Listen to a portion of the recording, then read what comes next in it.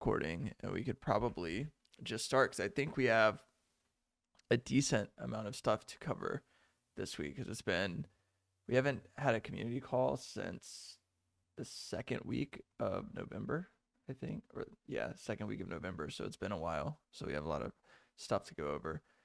Cool. If we have everybody, I think we do, then we'll just start. So what's up, everybody? Thanks for taking the time to hop on this Friday.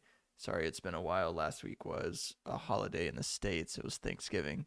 So I was busy eating food instead of hosting a community call. So blame me. But outside of that, we've had a lot of stuff go on. So before we get into like partnerships and Hand and Pirex updates, the big updates on the governance side, on our side specifically, is that all of the proposals that I think we mentioned in the last community call are passed. I think we mentioned them in the last community call. I'm not sure. But for those of you out of the loop, that's basically the V2, no, is it the V2 budget proposal? Yeah, V2 budget proposal, the proposal to extend the audit budget, and the strategic asset committee update proposal. So all of those passed. Thank you all for voting, giving feedback, etc. as always. So we're funded for another, is it 6 months, Funky? Yeah, that's right. Yeah, so 6 months. 6 months, Appreciate that. at least. And we have money for audits, which is good. We have to audit our stuff. We have a lot of stuff to ship. So I'm glad we're able to get that audited. Otherwise, we just have to trust my auditing skills. And even though they're world class, we have to, get a second pair of eyes on some of this stuff. So appreciate that. And then the strategic asset committee update also is super helpful. It just gives the strategic asset committee the ability to be a little more flexible on managing assets, which is extremely important given the market conditions. It seems like stuff just keeps blowing up. People keep going bankrupt. We're still here, which is good news. And yeah, so outside of that, the other, I guess, governance thing to keep an eye on is this sort of just two things on that. Hopefully, over the next 6 months, like obviously, hopefully the market turns. But I remember last time, when we first came out, like audits, even up till now, they're just costing like 50 to 100 grand or sometimes, right? And I hope like we'll be able to like get some cheaper audits with like the same trusted partners now that the market is sort of slowed down, and we can audit things even more than we have been in the past. A big part of that too is like during the height of the bull market, competition for auditors was like very intense, and so not only was there a huge backlog for clients, but there was also like a huge premium to get priority in terms of like audit timelines. So hopefully a lot of that goes away and audits go back to sort of normal price ranges, and we don't have to pay half the treasury to get an audit for things. Yeah, and then on the strategic asset committee side, I know there was like a couple people sort of asking what it meant. They didn't know if it was like related to BTRFLY or like something else. But I'm sure like I saw the discussion in the Discord, right? It was more related to like one of the tokens that was like initially labeled as like a tier 1 token. Obviously, there's like certain situations like the reactor for BTRFLY and stuff like that, which I'd say like soured the relationship. I don't think it's like completely out of the water now, but I don't think we value some tokens the same way that we value others anymore. That was just like the most political way to say that, but I think people in the last community call guessed which token it was, and I mean it's also obvious now that we've actually made the move to swap that token for something else. So I mean at the end of the day, like giving the strategic asset committee a little bit of flexibility, especially in markets like this, is always going to be a good thing. The market's constantly evolving. Products are either getting better or worse in this type of market, and so we have to be able to stay flexible. Somebody said which one token? Yeah, I mean that was the token. Okay, if there's no questions about any of those proposals, then we can kind of move on to some of the partnership stuff lately. I don't think there is. So most of that stuff we covered in the last call. So it's been a while now, and most people have got their questions answered in chat. So cool. Moving on, one of the bigger sort of governance moves to keep an eye on is this GMX redacted partnership proposal. So we made this, I think, a little over a week and a half ago. Funky, the politician, posted this on the GMX governance forum, and maybe you can give like a little bit of an overview of this proposal, Funky, for people who may not be keeping up. I'll post it in the town hall text chat as well. So as everybody's aware, after the PXGMX RFF that we had, PXGMX and PXGLP will be the next tokens integrated into Pirex. For further details about exactly how that will work, please refer to the RFF. So essentially, with this partnership, we reached out to GMX for two things. One was to kind of deepen our relationship with GMX. GMX is a very successful project so far in the space. It's been generating a significant amount of fees on Arbitrum, which is really impressive. And as the market moves towards more decentralization, more. Is this better? I can hear you. I don't know if it's because I have you turned up or not. Yeah, maybe speak up a bit more, Funky. It's a bit Okay. quiet on my Come on, end. I got my. Wait, let me just check. Start yelling, bro, into the mic. Also, for anybody who's like unfamiliar with Discord, you can also right click on people and turn their volume. Here we go. Oh, Okay, man. let me turn you down. Hold on, let Way me turn you better. down now. Way better. All right. It's always about them settings, Well, you like Figgy and using your laptop mic instead of the actual mic. Except Figgy doesn't actually have another mic. He just hides his mic in places. The guy, he's rugged himself. Anyway, continue. All right. So we have PXGMX and PXGLP coming out soon, TM. We reached out to the GMX team to kind of deepen our relationship with GMX in two different ways. The first way is by basically solidifying a partnership with them, because we'll be providing some value for the GMX community through PXGMX and PXGLP. And the way that we're going to show that is by having this, this agreement where we will become partners, and to show that kind of commitment as partners, we'll be doing a $200,000 butterfly for GMX swap. This GMX will be locked into Pirex for PXGMX and will be used to seed our LPs that will have PXGMX ETH, which will allow people to have liquidity for their PXGMX. So this partnership partners us with one of the darlings of the crypto market right now, and we're very bullish on GMX, given how they performed so far, and how everybody's moving towards decentralization. We hope that they continue to do well, and second of all, it provides us with the GMX to seed our LP. So we're talking with the GMX team, and we'll probably have the snapshot go live soon. So I encourage everybody who has any GMX or ESGMX to vote, and get their friends to vote as well. But hopefully it should be quite a straightforward vote, given the Plutus and Rage votes. Yeah, and we had a couple of comments on Twitter from people who I think are not good representatives of the broader GMX community. It seemed like they were alt accounts for perhaps some some competitive products. So I think overall, like, feedback from the GMX community has been decent. So if you guys see any like negative feedback or anything like that, let's just engage in like a positive way with other communities, right? Like, we're trying to establish long-term partnerships here. So don't let like people's alt accounts bother you too much. Have the team heard from GMX users, big/small, of the interest in the Pirex product, and has this been heavily discussed in GMX's Discord? So yeah, Funky has probably been doing some politicking, but also we are in contact with the GMX team as well. So we have open lines across the board with everybody that I believe we need open lines with. I think the Pyrex GMX launch will be pretty successful. Yeah, and I think just looking at like, I think when we first came out with the idea, it wasn't so competitive, and then over time, as we were getting audits done, like a few more faces popped up.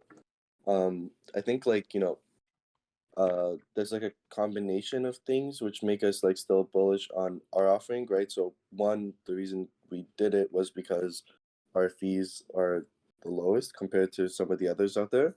On top of that, like we're doing this liquidity seeding sort of partnership, which means that there will actually be liquidity for you to swap out, which is the whole purpose of a liquid wrapper. And then the third one is like we've talked with like Rage Trade and like some of the others working on there, and I think on top of like some of the users signaling interest in the product, like I think there's like a path with like some of the other projects that are working on GLP strategies but not necessarily liquid staking, to like sort of merge the two in different like collaborative efforts. So whether that's us deploying some of the underlying elsewhere or them deploying some of their underlying elsewhere, I think like there's a bunch of different things that like make us believe that like this one will be just as successful as the CVX one. Right. One of the things that I think has been a huge plus for us is that we're able to launch some of these products. Like Pyrex Convex is the best example. I mean, we launched that into a pretty competitive market. There's already like a bunch of alternatives out there, and Pyrex Convex is still one of the most popular options, and we don't have to emit 1% of our token supply or anything like that to bootstrap adoption. We don't rely on heavy incentives on the BTRFLY side to make these things grow. So I think Pyrex GMX will be a similar situation. We have a handful of questions here, so we can walk through some of these. So UTXE asks, are we confident that the snapshot will pass for the token swap? I mean, we're confident. I guess we're as confident as we can be. There's only so much we can do, right, in terms of like guaranteeing an outcome for something. So that's why it's important that we make sure we engage with the GMX community positively, leave feedback on the forum, etc.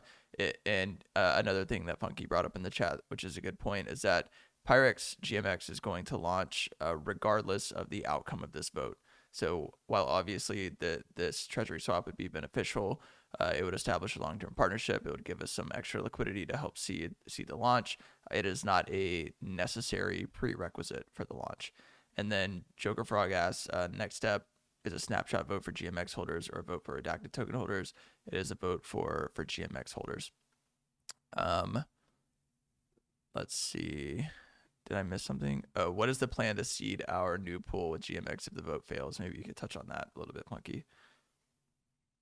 So the advantage of the treasury swap with GMX was, as you said, it helps solidify that partnership, but also it allows us to get the GMX tokens with no sell pressure, because in the partnership agreement, or in the treasury swap agreement, we basically both agree that we will hold our GMX tokens indefinitely, and likewise they will hold the BTRFLY tokens indefinitely. So basically it's a token swap where there's no sell pressure, as opposed to with bonding, where usually somebody has BTRFLY, for example, sells it for the bonded token, say for example ETH, and then bonds that ETH for BTRFLY, which then they just sell again for more ETH. So basically the treasury swap is a very efficient way of obtaining the tokens without sell pressure. But if that doesn't work, we have bonds available, bond protocols relaunching next week, and we'll be testing very cautiously that after it launches. So we have the ability to obtain the tokens for liquidity. We plan to get the ETH portion of the LP from bonds, but if the GMX vote doesn't go through, although we do expect it to go through, we have that option as well. Cool. And 111 ARC, I'm not sure I totally follow your question here, so let me just break down where we're at in the process. So basically what we're trying to do is a redacted treasury swap with the GMX DAO. In order to do this treasury swap, they have to pass the proposal that we made on their forum. It is yet to be voted on. So right now it's just getting feedback. they'll move this proposal to snapshot for voting. If it's approved, then we can do the treasury swap because GMX DAO has authorized that swap. If not, then we can't do the treasury swap, and we'll just launch Pirex GMX and Pirex GLP anyways, as Funky just outlined, and we'll do. I get that. I read that. Oh, okay, but yeah, it's not necessary for launch, is what we're trying to say. We'll launch it regardless, and we'll find a different way, most likely through bonds, to get the GMX. Yeah, it would be a nice to have. It would be capital efficient. It would be good to solidify the partnership. It would be good awareness for the Pirex GMX launch, etc. So a lot of positives if it passes, but not a game changer in a super huge way or anything if it doesn't. So business as usual. Yeah, multiple routes available to keep winning on Pirex. Exactly. Somebody asked a question earlier, and maybe I'm also too dumb to understand this, but Gangster123456 asked that, can you explain the redacted treasury PX CVX unlocks to ARB/balance the pool? Does anybody understand what he's asking there? Okay, cool. Yeah, it's an active measure that would. Can you hear me? Probably, yeah, we got you. Mic. You sound good to me. So. Okay, Yeah. cool. Yeah, it's just like the protocol kind of pays fees to itself, so it's kind of like a strategy move where it's whenever there's a bit of like an ARB on the pool, it really makes sense for the protocol just to keep ARBing in here and there. Since for us, we're always we're holding CVX. The liquidity part is not that important to us as to other actors. So it's just a way for us to keep building our CVX stack for free, and move more and more into PX CVX, since it's our own product. Plus, yeah, we generate the same amount of revenue either way. So that's kind of the ideology behind us ARBing the pool. We've done it twice so far, and we'll continue to do so into the future and to all of our Pirates products. Cool. So yeah, we're kind of the de facto market maker for these pools. So hopefully that answers that. VSPACs, I'm not sure how to say your name out loud, but yes, I suppose this has been discussed with the GMX Discord as well as prior to the snapshot by the community, so that this is not new for the community and that they have put their head around it. So let me be clear about some of this stuff. We don't ever just like randomly make proposals ever, because that's like a bad strategy. We make sure that we talk to the team and we talk to the necessary stakeholders before we make some of these like partnership decisions or before we make some of these proposals.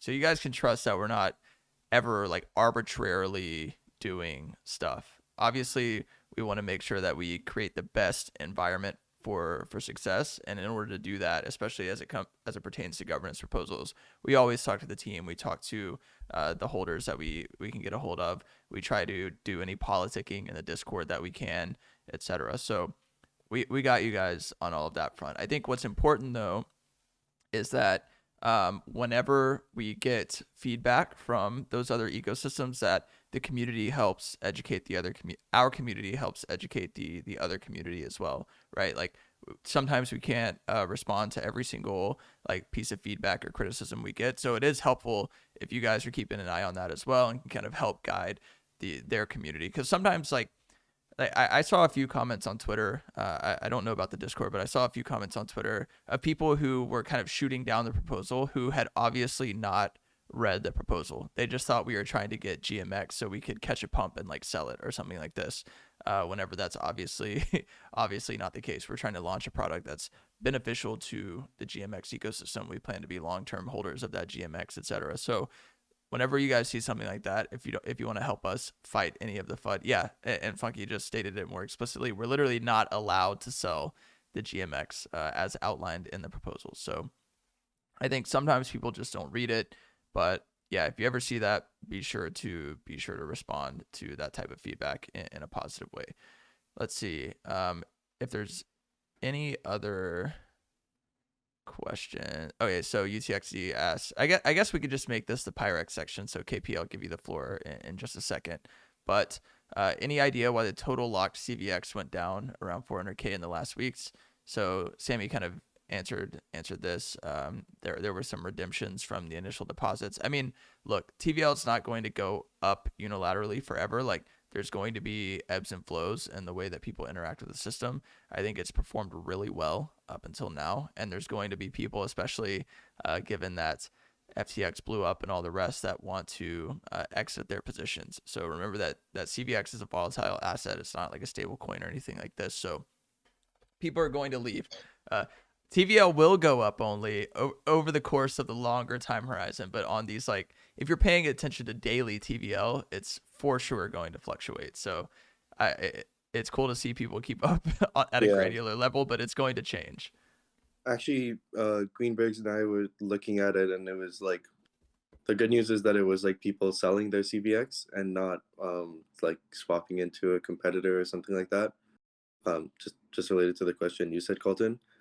It's kind of like the butterfly unlock, which we'll talk like later. You know, it's like people make like time commitments, and then you know, things happen that are just out of all of our reach, and it just like delays you know, it just delays issues like panic sellers. So you know, we have to, the thing is with Pyrex CVX is that we don't permalock it, right? Like, it is up to you to always redeem it. That's one of like the redeeming factors about Pyrex. So, you know, when massive fraud like FTX happens, you know, we have to take it on the chest. I mean, at least it was actually not as bad as I thought it would be. Majority of people did enter back into the system from like the big first CVX unlock. It was just like, you know, one or two whales that I guess were reducing exposure to CVX or something.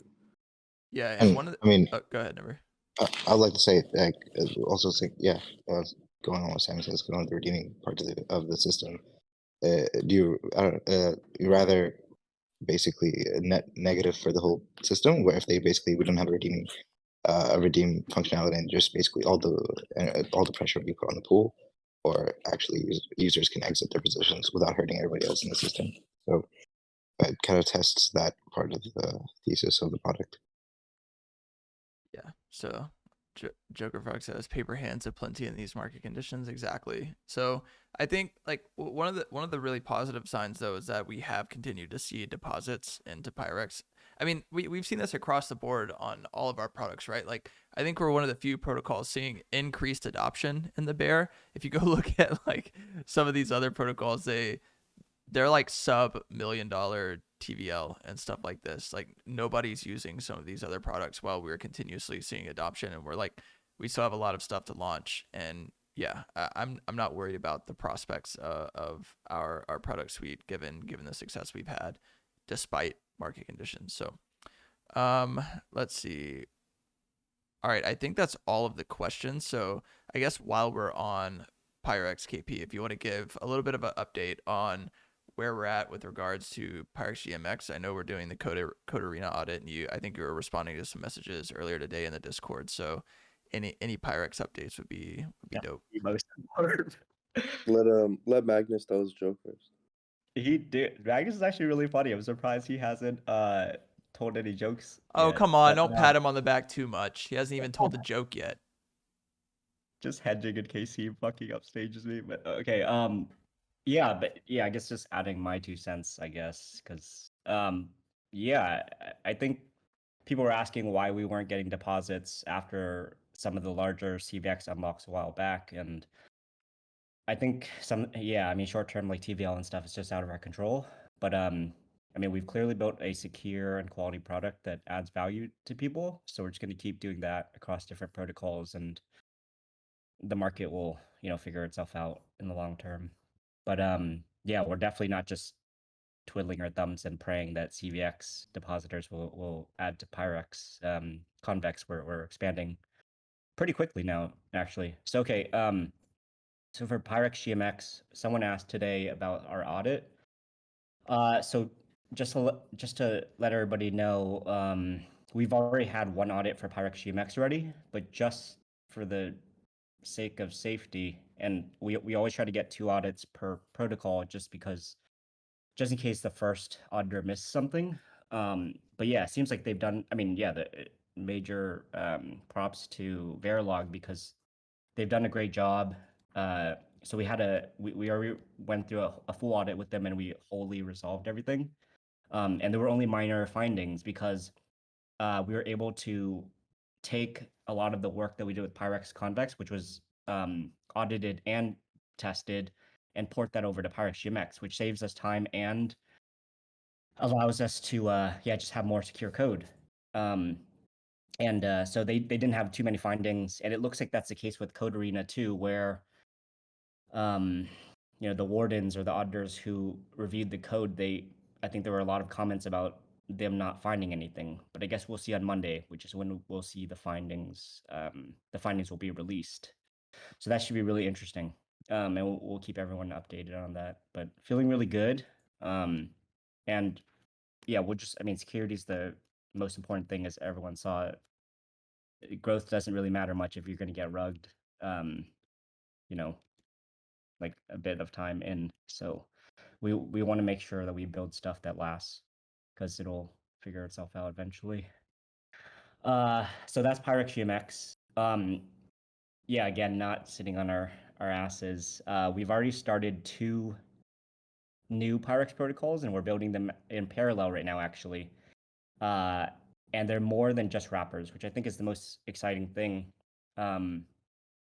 So we're not just augmenting another protocol's tokens anymore and building around that. We're now moving on and building writing our own logic. I mean, even though using what we've learned ourselves, but also what other protocols have learned too. So yeah, still like building on the shoulders of giants, but we're really excited because these will be the first 2 protocols where we have we're not just extending or augmenting another protocol. But the 2 protocols will be cash flow heavy right out the gate, and they'll also provide value to people who use them immediately, just like with Convex, Pirex Convex. So it's not one of those things where you stake a token and you get emissions, and these will actually be things that will like boost whatever you're currently doing already in the ecosystem. So that's pretty cool. But yeah, I'm gonna let Sammy get to one of the other protocols, but the protocol that I'm currently building right now. So it's inspired by another protocol with 500 million TVL, even during a bear.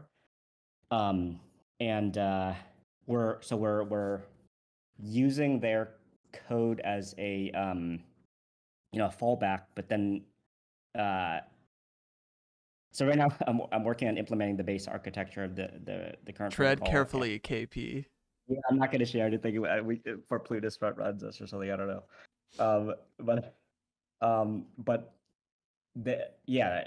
implementing the base protocol right now, which is basically our version of their protocol, but improved in a number of major ways, since there were a lot of I guess just a lot of things that have happened as far as improvements in terms of development since they released their contracts. So it's going to be their product. The basic version of our product will be theirs, but more efficient and secure, because we'll be using practices and stuff that's just already being used right now by the industry, and has proven to be just better, I guess. But on top of that, so we're not just copying their protocol. That's just the base.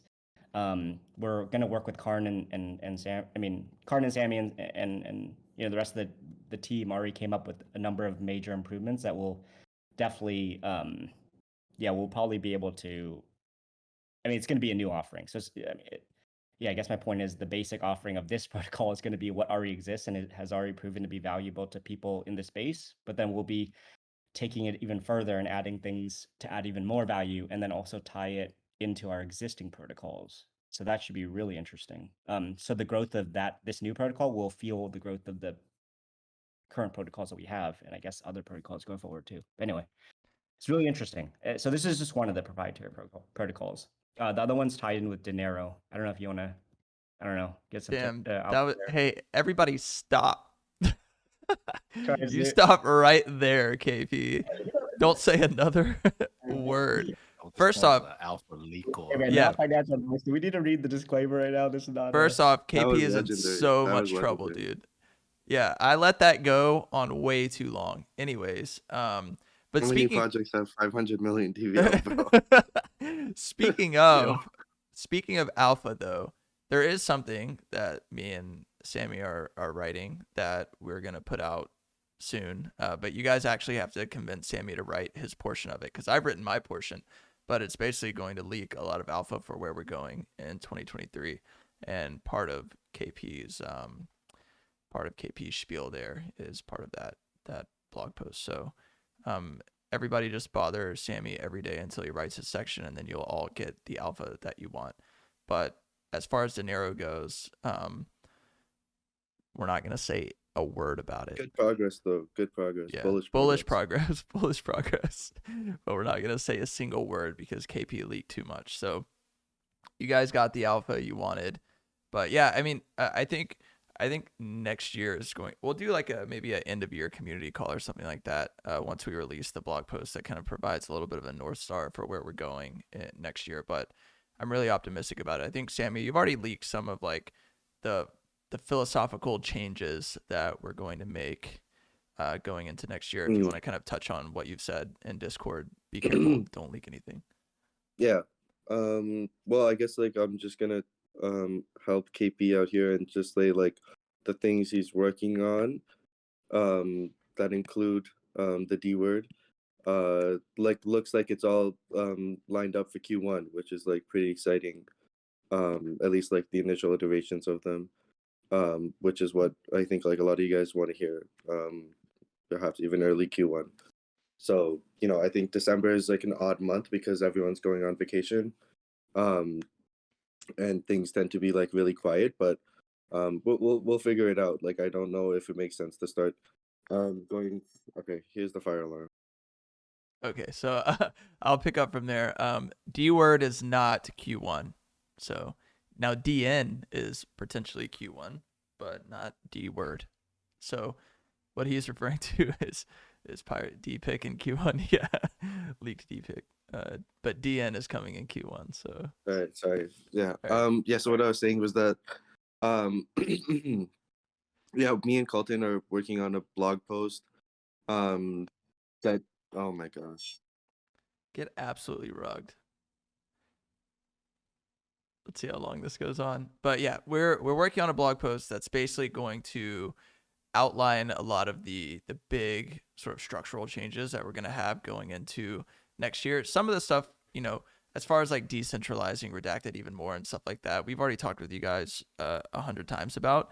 But the important stuff is going to be that, you know, and Sammy's already leaked this in Discord, so I'm not saying anything that hasn't been shared before by him. But basically, we've learned over the past year that over-reliance on other teams and other protocols is not a great thing, mostly because projects don't want integrations in the way that they say they do. Sometimes demand is not as good as it was made out to be in some of the early partnership conversations, etc. And so one of the things we want to focus on going into next year is building a lot of our own stuff. And I'll let you pick it up from there, Sammy. Yeah, I think this GMX one is like a good example, right? While we're all like really bullish on GMX, beyond bullish on it, and I think like, you know, it's gonna, like, I think PXGMX is just like an easy winner, right? That's why we're doing it. At the same time, the facts stay the same about PXGMX all the way back to like us bonding CRV, for example, right? It makes the success of Redacted intrinsically tied to the success of that project, right? And some of them end up being winners, some of them end up being losers. Actually, like, you know, everyone loves GMX right now, but everyone loved Ohm this time last year, right? So, you know, not bashing the Ohm guys, it's just the thing of narratives, right? And while we are in a position where we have tens of millions of dollars in the treasury, we're cash flow positive, we're making more money than we're emitting. You know what I mean? Like, we're in the position where we're doing all of these things. People just have this like view that because we build on top of other projects, like we have to be under them or something like that. When actually, like, the truth is that, you know, like, while yes, like we are sort of like the success of Pirex and Hand and stuff is dependent on the other projects. You know, we don't want to be that project, right? So the idea with the things KP was talking about is to just move further down the stack to a point where we're actually not dependent on anyone other than the Ethereum blockchain working, which is like where I want to take the protocol. Obviously, it's up to the DAO and stuff, but you know, for the goal for next year is everything that we do put out and everything that we're pushing is all the way down at like the consensus level, and not that it won't be an application layer protocol. It will be an application layer protocol, but it won't be at the top of the application layer, right? So it won't be like the success of Redacted won't be dependent on Convex, which is dependent on CRV, which is dependent on 3curve, right? Rather, like we will be under 3curve. So that means that other protocols can build on top of us. I've been pushing internally to get us like in spots for like hackathons and grants and all that sort of stuff to a point where like, you know, we have an offering so that we can give to other projects where they can build on top of us rather than us being like, you know, cut essentially into building with other projects. Boom. And yeah, Joker Frog said something earlier. He's basically like, we have one of the most Chad teams in DeFi. Let's bet on us in 2023. And that's pretty much the plan. We really want to bet on ourselves going forward. So right now, as Sammy mentioned, we're taking a lot of bets across like various projects that we're optimistic on in the ecosystem. I think going into next year, that's not going to be the case as much. We're going to bet way more on ourselves. And okay, some things on the note, right? Like, you know, yes, it's a stable coin. I think like for some projects, like they're putting out stable coins for them as easy wins, right? For us, it's written in the sand essentially, right? Because we have as much CVX as Terra did for UST. We have tons, and we have one of the VE NFTs for Velodrome. We have a ton of locked up VEFXS that's doing really good with the Frax thing. That's another Badger thing. It's another discussion. We have Aura coming in on a daily basis from the bribes that they are putting into Hidden Hand that we are locking up. We have so many tokens that can like direct emissions that our stablecoin can be in a spot where without even $1 of Butterfly attached to it, we can get it insta liquid on day one. And pull in demand, which in turn pulls in fees, which in turn increases the value of RL Butterfly minus the dilution. So, you know, we're in a spot where like we should have just been doing this the whole time. And we're finally, Sultan doesn't want to leak things, but like, you know, we're finally getting there. Like it's crossing the finish line now, just in terms of like getting it out to you guys. I don't think I've said that before.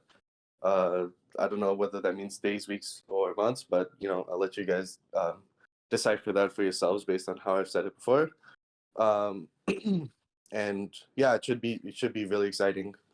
The other thing that I was talking about in the Discord yesterday was this big butterfly unlock, right? So I think I talked about it a bit when the question on like the CVX TVL came up. You know, I think the 4-month lock is good because if we just had the X token again, it just leaks value to people who don't show any conviction in our token. And those of you who do choose to lock up should be rewarded like accordingly, right? And I think like we went for the flat rate 4-month lockup because it meant that we're not trying to convince you guys to lock up for like 4 years or some bullshit like that, right? Obviously things are changing. Now the problem is that if anyone wants to participate in Redacted, right, they might not necessarily have the same conviction as you who chose to lock up for 4 months, but are maybe like forced into it because it's the only way for them to participate. So one thing that I'm going to take back to like the policy team so that we're not in the same situation as yesterday is this idea on maybe like seasonal locks, right? So instead of like locking up from an arbitrary day from like 1 day to 4 years, I think we can do things where we offer people 1 to 12 month lockups, and those are like sort of like 12 different options, and then obviously favor those of you who are like, you know, really betting on us at Redacted to like succeed with the plan for 2023 to get the most out of us. To compare to those, you know, like it's not. We have no problem with those who are sort of like, you know, maybe dipping their toes in the water with us, but it's unfair for them to be incentivized the same amount as those who are willing to lock for longer. And it's unfair to you guys to like have to share your rewards with those who are like not maybe in it for the long run as you, right? So we'll take that back to the drawing board. I know some people were like upset yesterday. I thought it would be worse, to be honest, but yeah, it actually wasn't the worst thing in the world. So yeah, those are the two things for me. Cool. All right, so we just brain dumped a lot of stuff, and people probably have questions that we don't necessarily have answers for. So some of that was hypothesizing, some of that was thinking out loud, some of that was information that we aren't like fully ready to elaborate on. So if you have questions, it's most likely that we can't answer them right now. That was the most leakage I've allowed to happen in, I don't know, probably like 4 months. So hopefully that was good. I think like going into the new year, we're oh, like God. really, because we're all like actually like very internally excited about the way the big pushes for 2023 have been like developing. That's the only reason we're leaking, and like we're really excited to share with you guys because I think that day is now getting formalized internally at least. Yeah, a lot of the ideas are starting to come together really well. And so a lot of that we'll also share publicly with all of you soon as well. I mean, most of you who come to these community calls every week have insights that 90% of the other people that keep up with Redacted don't have. So shout out to you guys for coming to hang out with us every week. I think we kind of didn't really cover some of the hidden hand stuff that's happened lately, so we can kind of move on from the leakage and talk about this a little bit. So hidden hand has been chugging along really well. We recently hit an all-time high in weekly bribe volume a couple of weeks ago, or a few weeks ago. And that was $700,000 in bribe volume, which is insane, honestly, to see in a market like this. So shout out to the Balancer and Aura ecosystems. And I'm pretty sure last week we hit just under $700,000 in bribe volume. So bribes are going crazy still, even in a bear market. That's something we touch on week after week in these community calls. It's really exciting to see. I mean, and one of the things that we're trying to do, as you may have noticed, is expand across multiple chains and try to tap into the longer tail of bribe economies, I guess. So we recently launched on Metis, and we have a partner too in the pipeline there that hopefully can bootstrap a little bit of a bribe ecosystem. Sometimes it's hit or miss with some of this, but we try our best to get those going. There's also some other multi-chain plays in the pipeline that Sammy has been cooking up, but I don't think we're gonna leak that yet. He kind of did in the chat, so if you want that information, look in the chat No, and then start piecing it together. I said like Bear Chain, they're the ones who have to say it, not us. Yeah. So go ask maybe the Barachain crew about what's being cooked up over there. So Hidden Hand has been going along really well. It's one of the I think one of the bigger success stories of the bear market.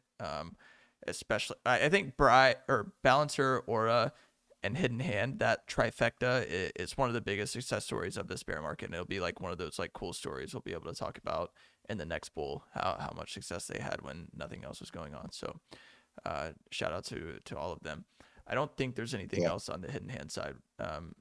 Never, were you about to say something? Yeah, I'll just say also the success of BIP19. They're now pushing 50% of volume of bribes. It was very more skewed on the Aura side, but in the past few weeks, Balancer has been just picking it up a lot. And I mean, as Balancers, a lot of DAOs are moving there. BIP19 really flows where demand is and gives it back to the actual VE BAL token holders, and it flows back, and the flywheel is working. Yeah, I think we're going to look back on BIP19, and it's going to be like one of those really important developments in the future of the sort of bribe economy as a whole. I think Balancer has really figured out a way to enable sustainable sort of maybe if like flywheel is a corny term at this point, but they've really created a sustainable flywheel where they can use revenue that they're earning on pools to further increase the TVL on those pools and generate more revenue. I mean, that's like the ideal situation for every protocol at this point. They're not having to use like extra emissions to get more emissions on the pools that earn them revenue. They could just use the revenue, route it through Hidden Hand, and grow those pools organically. So it's pretty cool to see. Did you mention metas? Yeah, I mentioned Meta. So we got that covered. UTXE asked about the partnership with Jones and Aura on Arbitrum for Hidden Hand. So yeah, that thing is a little bit out of our control, and it's not something that we are building. So I think they have a couple of things they have to sort out with Balancer governance before that can go live. But it might be better to ask them for Maybe I can add specifics. some stuff here. Sure. So it's an interesting situation, right? So there's a couple of people who actually did not lock their aura or like participate in Hidden Hand because the obviously if you guys are or participants in Hidden Hand, like, you know, we are very non-biased parties. We get you the biggest bang for your buck, and that means like voting for like multiple projects, splitting up the dilution across multiple projects so that you get the highest, you know, dollar per aura, right? It's not our place to sell those rewards into more aura because we have partners that we want to make sure are happy, which are in turn increase the revenue for RL butterfly holders, right? Because you know, if we tell them, hey, we can get you more liquidity on your pool, but every dollar you give us, we're gonna sell it, right? That's not like our place to do that. So we worked with the Jones team, like Colton said, like not really, but we did talk to them about it. And they're going to build a Hidden Hand or a auto compounder, where essentially any aura that goes into the contract is then delegated to us, which increases, you know, like our revenue and fees and stuff like that because we get more voting efficiency on our aura. They will then take all the bribes that they get, kind of like the union, and turn them back into more aura, which then you guys, like, you know, or not, this is more like a conversation for the aura community, but like, which then they can, you know, again, participate in Hidden Hand with even more tokens, and, you know, we can just up our capacity, I think is the right word for that market, through like this new integration. So that was like a fun development that like we've kind of just been like retweeting but didn't talk about much. Yeah, and I think that covers most of the Hidden Hand stuff. We're getting closer to the top of the hour. Joker Frog asked a question about something earlier. I think it was was it about the multi-farm thing? I saw it and then I forgot it and lost it. Yeah. Cool. So do we want to touch on that a little bit? So they finally shipped us a finished version. It looks all good to go. If Greenberg's was here, I'd get him to share the link so that everyone can review it, but he's not here. Yeah, it looks good to us and stuff. I think actually, you know, maybe Funky, you want to talk a bit about like the Commonwealth post they put up and how we're thinking about like approaching it, or should I?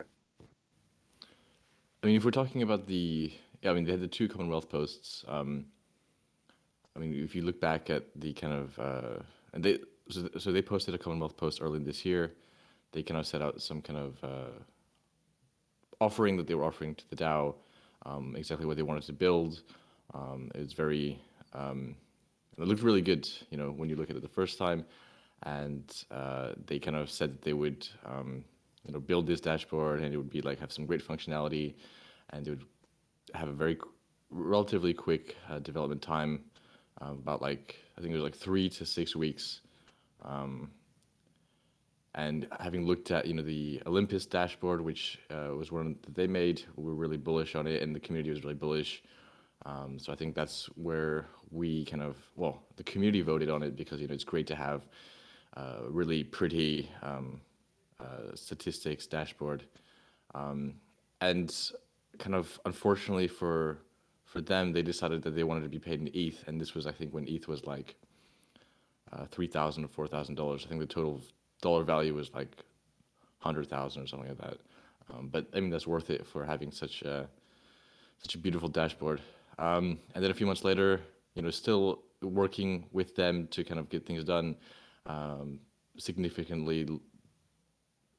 taking a significantly longer time than they had indicated in their initial proposal.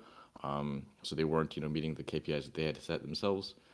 And then secondly, they kind of backtracked on the fact that they wanted to be paid in ETH, but then with the ETH price crashed into like $1,000, they were scrambling a bit, and then they renegotiated. And our community is very, very kind-hearted, so they put up a new proposal asking to kind of set the ETH price at like $2,000, so kind of guaranteeing them a certain amount. So kind of like a few issues with the proposal. They haven't exactly met the KPIs. The dashboard is not exactly what they had promised. And so now we are here today, where we're receiving like the kind of final delivery. So it's kind of the question as to have they met the kind of deliverables that they themselves set? And also like the other considerations as well is that this dashboard is relatively closed source. So going forward, we will be developing new products. We will have to add these products to the dashboard. So how will we do that? So we're trying to balance all these things and, get the community's feedback as to how they think they've done.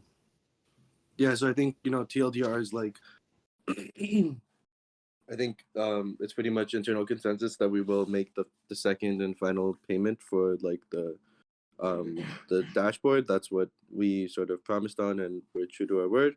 But there was a second part on like us paying them 1 ETH or 2 ETH or something a month to like maintain it and make updates, and we think that we can do it ourselves. So really like the only thing holding it back now is them just sharing the source code with us, so that we can maintain it. So when Greenberg's is awake, I'll get him to share it with you guys, and you guys can do like a review, and then like we'll post it. Obviously we'll get it live, but the only thing holding it back now is them just sharing the code with us. So again, safety first, and save money where we can. So yeah. Wait, one more leak. A major hidden hand extension is also being worked on right now too, along with the Pirex stuff. All right. I'll let you Yeah. know. Anyways, Or hold. go back on mute. Thank you. Anyways, but yeah. So regarding the multi-farm thing, I think this was another lesson in, funding other people and betting on them rather than betting on ourselves. So yeah. Hopefully that answered all of those. Guys, KP is out of control today. Maybe, I mean, he was trying to get out of the joke, but I don't think we should let him out of the joke now, given the circumstances. Okay, so yeah, BBC updates. I forgot about that. We should touch on that before the end. So, BBC is late, and there are a number of factors sort of contributing to that. One of them is, I think, actually all of them are mostly technical. So I think the team that made the original proposal kind of underestimated the technical complexity of the launch. And so we are now deploying some of our own resources to help guide that process to get it across the finish line. Obviously, our team is super busy and super limited in terms of bandwidth. So we can't we can't give like a full-time commitment or anything to building out BBC. This is supposed to be an external team and an external party building that out. So we're helping where we can to get it across the finish line. However, it is late, and it's going to be late. I don't think it's going to launch this month. I want to set realistic targets here. So I don't think it's going to launch this month. If it does, that would be a super optimistic launch target, and that would be like a huge thing. Yeah, I mean, I think we're doing the best we can given the circumstances, and we'll get it live as soon as we can. We're trying to pitch in. Magnus and Figgy are working really closely with Pink and the rest of his group to make sure that it gets done and make sure that everything is quality and that it's exciting when we launch it, making sure the art's all good. I think I covered all of the edge cases there, Magnus, but if you have anything you want to add, feel free. Just do consider the fact that like the mechanisms involve effectively like permalock or this butterfly. So we do want to ensure everything is like completely sound before things go ahead. So do try to exercise some patience, guys. Obviously, we would have liked to have had it ship on time as well, but do consider that aspect of things because, yeah, we want to keep you guys in a good place as well.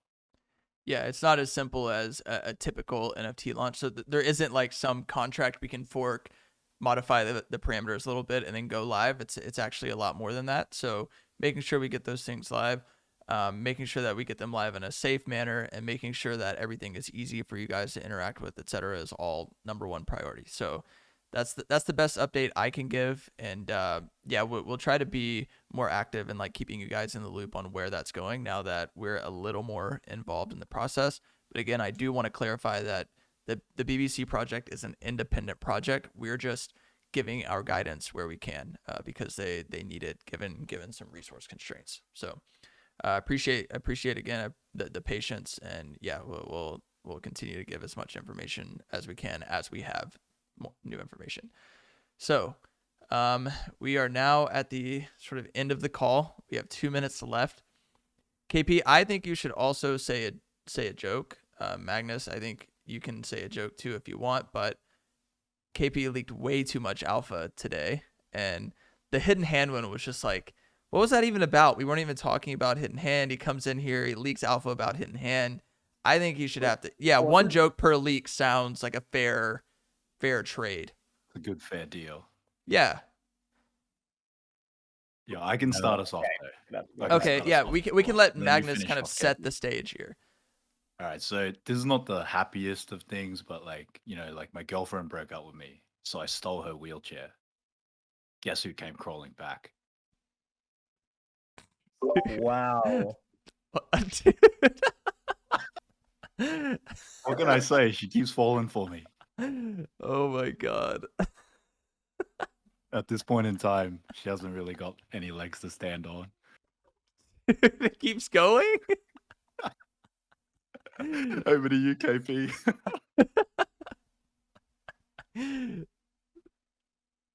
All right. No. KP, get back on stage immediately. Where did he go? Oh, this is KP. That wasn't part of the deal. No, this put is him to shame, bro. Get up here now. Look at this. Isn't this pathetic? KP just leaves the stage. You put him to shame. You put him to shame. Oh, if he doesn't get back on the stage right now, I'm demoting him to I don't even know. Assistant to the CTO. I don't even want him to be my assistant if he's just gonna drop off under pressure. Like that's when I need him the most, is whenever we're under pressure. Yeah, where you at, KP? Come on, hold on. There All it right, is. thank you. All right, tell the joke. We got to wrap up the call. We're at the top of the hour. We got to wrap it up. So let's get the joke going. I give Magnus his time to shine, and he fucking just. I'm not. Come on. I got nothing, man. I really don't. You all right. came empty-handed to the like. Dude, we do this once every other week. You have 2 weeks to prep for this. I really don't. Fuck. God. I'm sorry, everybody. I can't do this anymore.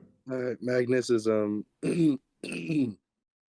Magnus's new job is to come with the jokes. The jokes. Yep. So we'll all work right. on it together, KP.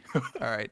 Thanks everybody for we're over the hour here. Thanks everybody for taking the time to hang out with us on this Friday.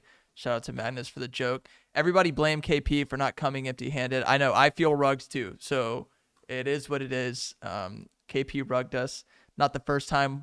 Surely won't be the last. But thanks again, everybody. Hope you all have a good weekend. Thanks to everyone who relocked after all that mania. The next 4 months should be pretty exciting. Shout out to the relockers. We love you all. All right, peace. Have a good weekend. Peace, guys. Peace.